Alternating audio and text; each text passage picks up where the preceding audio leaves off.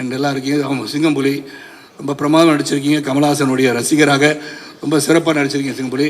ஆனால் நீங்கள் என்னோட ரசிகர்னு சொன்னீங்க என் காலத்தில். இப்போ மாறிட்டீங்க, பரவாயில்ல, இருக்கட்டும், அதை பற்றி தப்பு கிடையாது.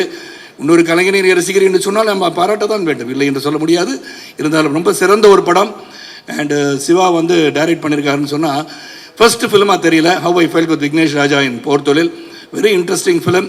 இந்த படத்தை வந்து நீங்கள் பார்த்து வெற்றி படமாக உருவாக்க வேண்டும், வெற்றி படமாக கொண்டு சேர்க்க வேண்டும். இதில் விமன் எம்பவர்மெண்ட் பற்றி சொல்லியிருக்காங்க, அதான் முக்கியம். ஒரு பெண் தனியாக வாழும்போது சந்திக்கின்ற சோதனையும் வேதனையும் எப்படி தாங்கிக் கொண்டு ஒரு சிறப்பாக வெற்றி பெற வேண்டும் என்று எண்ணுகிறாள் என்பதை சிறப்பாக சொல்லியிருக்க படம் தான் தாய் கிழவி. அது கிளைமேக்ஸில் வந்து ஒரு விஷயத்தை சொல்கிறாங்க, அதில் how a woman should be. இதில் வந்து இங்கே ட்ரெய்லர்லாம் பார்த்துட்டீங்க, நான் டீசரும் பார்த்துருப்பீங்க.